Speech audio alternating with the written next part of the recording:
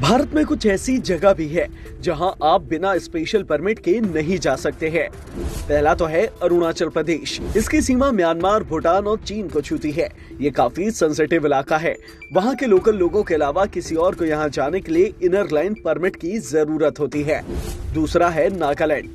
यहाँ 16 तरह के आदिवासी समुदाय रहते हैं, जिनका खान पान, रहन सहन, रीति रिवाज और भाषा सब कुछ हमसे अलग है।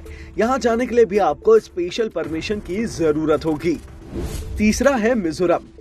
मिजोरम और बांग्लादेश सीमा के बीच सिर्फ एक नदी है जो भारत और बांग्लादेश को अलग करती है। ये बहुत ही सेंसिटिव इलाका है। यहाँ जाने के लिए 2 तरह के परमिट आप ले सकते हैं। चौथा है सिक्किम। यहाँ के कई इलाके संरक्षित हैं, जहाँ पहुँचने के लिए आपको उड्डयन विभाग से परमिशन लेनी होगी।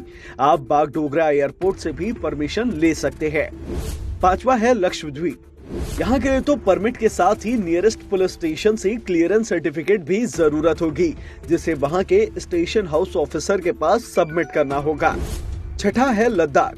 वैसे तो लद्दाख फेमस टूरिस्ट स्पॉट है, लेकिन इसके कई इलाके पाकिस्तान और चीन की सीमा को टच करते हैं। पेंगोंग, खारदुंगला पास, नुब्रा वैली जैसी जगहों पर जाने के लिए आपको स्पेशल परमिट की जरूरत होगी।